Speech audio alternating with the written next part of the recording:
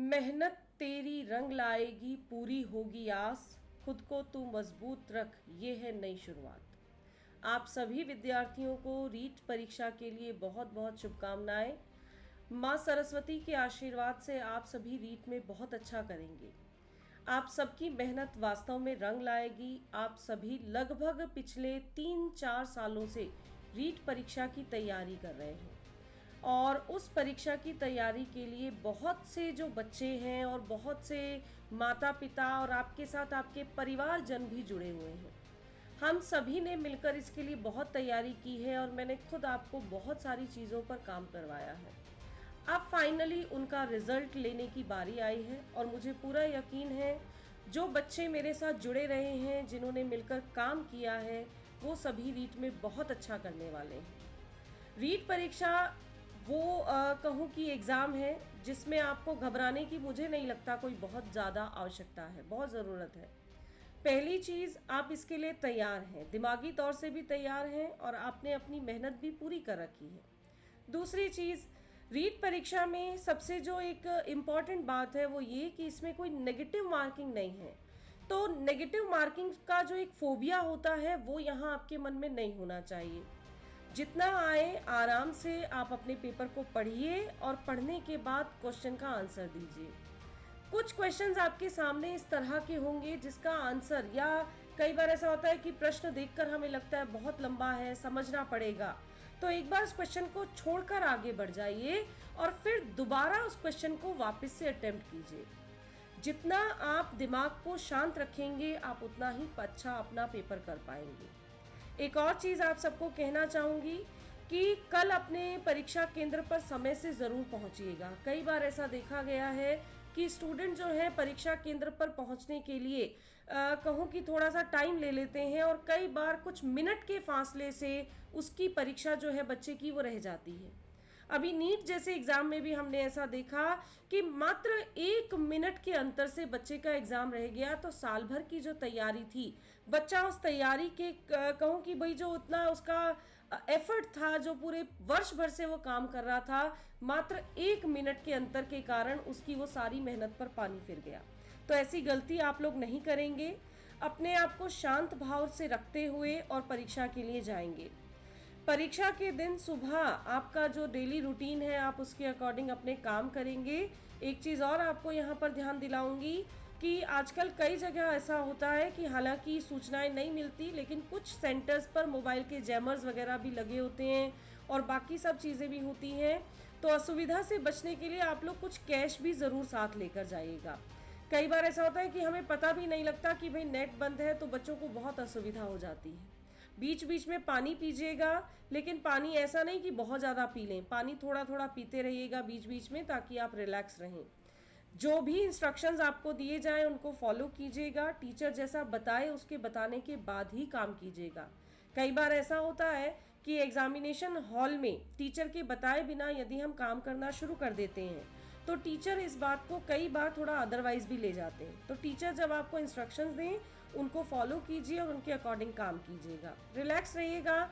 ऐसा कोई कहूँ कि भाई ठीक है, हमारे लिए हम इसको मान सकते हैं, बहुत बड़ा एग्ज़ाम एक प्री टेस्ट है जिसके बाद हमारे लिए बहुत से रास्ते खुलते हैं, लेकिन ये टेस्ट कहूँ कि भाई नेगेटिव मार्किंग ना होने के कारण हम इजी गोइंग इसको आराम से ले सकते हैं।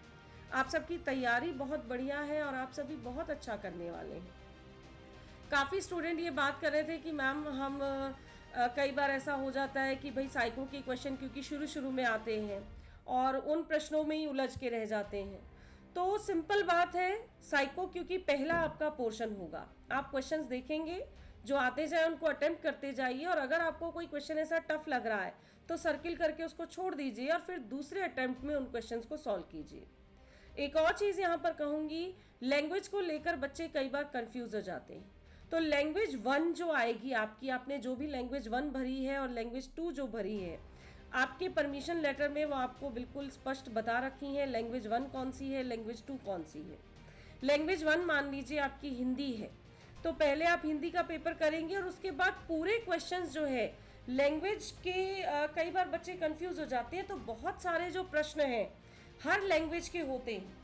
हर लैंग्वेज से मतलब क्या हुआ कि भाई जैसे आपका हिंदी आप करेंगे तो हिंदी के साथ ही जस्ट इंग्लिश का पेपर होगा, उसके साथ ही पंजाबी होगा, फिर उर्दू होगा, गुजराती होगा, और कई लैंग्वेज के होते हैं। तो उन सब का जो नंबर है, जो क्वेश्चन का जो नंबर होगा वो आपका 31 से लेकर 60 तक होगा। इट मीन्स 31 से 60 आपकी लैंग्वेज 1 होगी, और अगला जो लैंग्वेज सेकंड आप अटेम्प्ट करेंगे वो पूरी पहली लैंग्वेज के पेपर जब निकाल देंगे, जब वो क्वेश्चन निकल जाएंगे तब लैंग्वेज सेकंड आएगी। तो बहुत तसल्ली से, आराम से लैंग्वेज 1 और लैंग्वेज 2 दोनों के पेपर करिएगा। कई बार बच्चे गलती कर देते हैं कि जैसे हिंदी का पेपर किया और जस्ट बाद ही इंग्लिश का होता है, तो बच्चों को लगता है कि भाई सेकंड लैंग्वेज स्टार्ट हो गई। नहीं, आप क्वेश्चन का नंबर देखेंगे, क्वेश्चन नंबर आपका 1 से लेकर 30 नंबर तक तो मनोविज्ञान के प्रश्न होंगे, 31 से लेकर 60 तक आपके लैंग्वेज 1 के क्वेश्चन होंगे, और फिर 61 से लेकर 90 तक आपके लैंग्वेज 2 के क्वेश्चन होंगे, और उसके बाद आपका जो भी सब्जेक्ट है उसके प्रश्न आपके लिए होंगे।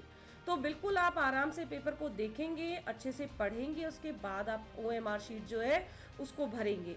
OMR शीट भरने में भी आप ध्यान दीजिएगा, रोल नंबर सही से भरे जाएं, और बाकी जो भी जानकारी मांगी गई है वो ठीक से भरी जाए। गोले काले करते समय ज़रूर चेक कीजिएगा रोल नंबर सही से, जगह बिल्कुल सही से आप उसको भरें और अच्छे से काम करें। कई बार ऐसा होता है बच्चा रोल नंबर हड़बड़ी में गलत भर जाता है, और फिर वो जो गलती करने की जो एक भाव होता है ना, वो पूरा पेपर बिगाड़ देता है।